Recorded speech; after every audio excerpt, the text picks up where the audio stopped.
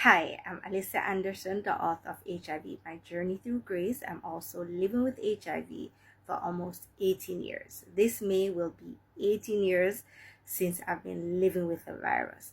I've been to death's door and back, but here I am today. I want to share with you my journey in 2019 when I got really sick.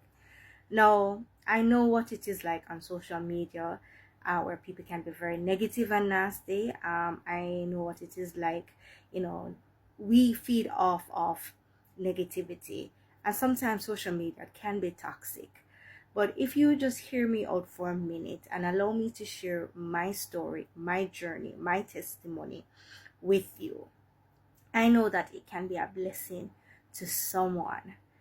Guys, let me just say this, that this is for 18 and over, because I'm going to speak about some stuff that I know nobody else would speak about, but it is my story, it is my journey, it's my testimony, and I know it can help somebody. Now, in 2019, around August, or probably a little bit earlier than that, I realized I started having diarrhea, and it was like on and off, on and off. And sometimes I'd wonder, is it that I am eating something or drinking something that is constantly giving me a diarrhea? So sometimes I want to go on the road and I'm afraid because my stomach would be operating. Now, in November 2019, I remember exactly, it was after my birthday. I went up to my sister and she had some ice cream in the fridge, and I had some, and then I realized that it was expired. So I started having diarrhea again, and it was constant. And I was like, I wonder if this is the expired ice cream I had, why I was feeling the way that I was feeling. Then I started to realize that my skin started, like, bumps were coming up on my skin, and it was just getting worse, and I couldn't understand. And I remember it was end of November when I couldn't take it anymore, because I tried to get like, somebody looked at me and they said, that looked like, is psoriasis. You can use the goat milk and stuff. That time, that guys, I didn't even know what psoriasis was. Like, many persons were saying it could be psoriasis, but I didn't know what it was. And honestly, I never researched on psoriasis. So end of November, when I went to the doctor, because I couldn't take it anymore, after somebody recommended the goat soap, and I tried using it and it didn't do anything. Went to the doctor that I normally go to, and when I went to the doctor, she said that looked like it's psoriasis, and she sent me up by Barbican. I think it's Chest Hospital. Yes, it's Chest. Right, so she sent me up to Chest to see the dermatologist. When I went,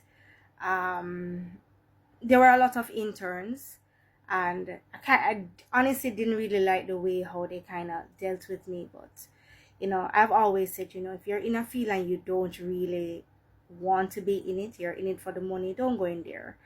You have to know how to deal with people. But if long and short of the story is that they diagnosed it as psoriasis. Now, psoriasis is a autoimmune disease.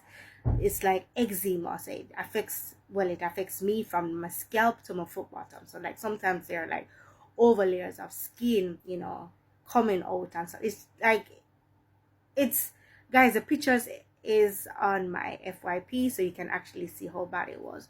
Now, let me just clear this up. Psoriasis has nothing to do with HIV/AIDS. No, it's just an autoimmune disease that affects the skin, and it affected me really bad.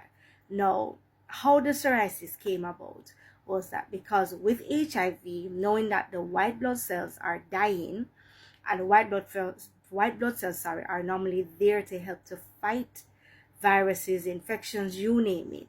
So because my body is now immunocompromised, not only for diabetes, but for HIV/AIDS and for psoriasis. So psoriasis, like, it just came out of nowhere. Normally with HIV, it helps to push out other underlying illnesses. So it probably did I hide, or me no know, but that's how the psoriasis came about. So it's not linked to HIV, anything at all. And because of the psoriasis, I still have issues. Psoriasis come with a lot of joint pains. So, like, I've been having joint pains from me was a picnic till now, but it's like it has intensified. Like, there are days it's hard to get out of the bed coming in a pain. Sometimes it's hard to walk. Sometimes I have to be walking slow. Sometimes it's just a lot. No, so I developed psoriasis. With that, I have to be careful what I eat because they're triggers. So like I know now I'm allergic to tomato, I'm allergic to sweet pepper, allergic to beef. Yeah, I can't have beef anymore. Not like I liked beef like that, unless it was like a burger or a patty or a good steak.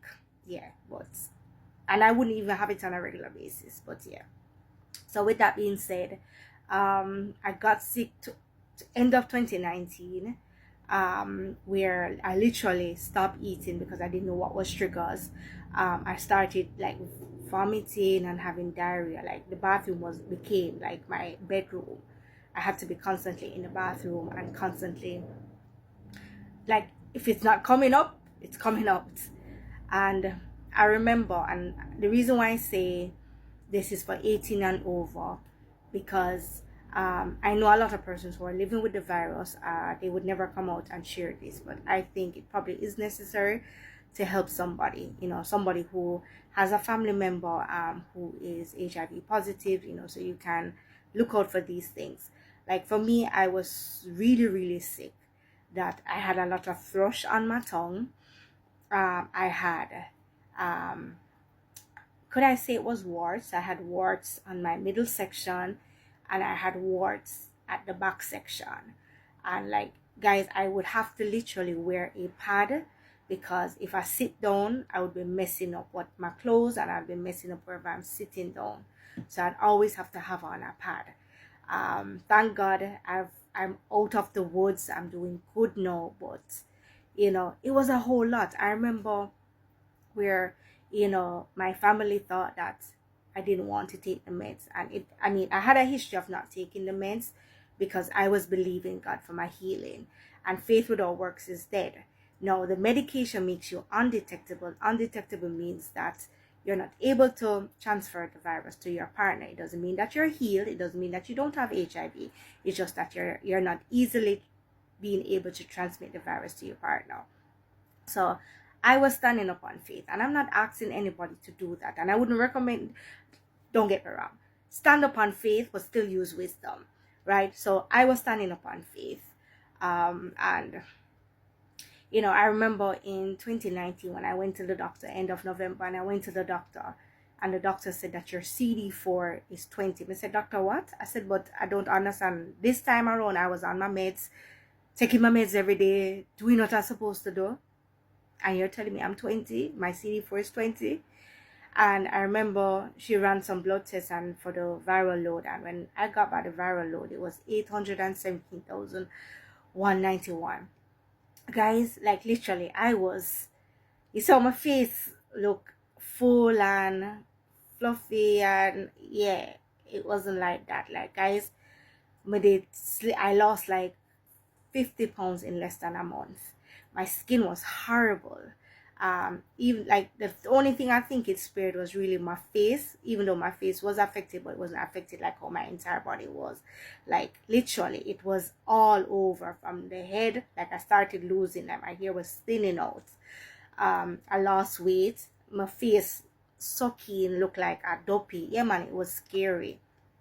I remember when I had to be monitored to take my medication, because as I said, they thought I wasn't taking it, and that wasn't the case. It just wouldn't go down my throat, and if it did, it would come right back up.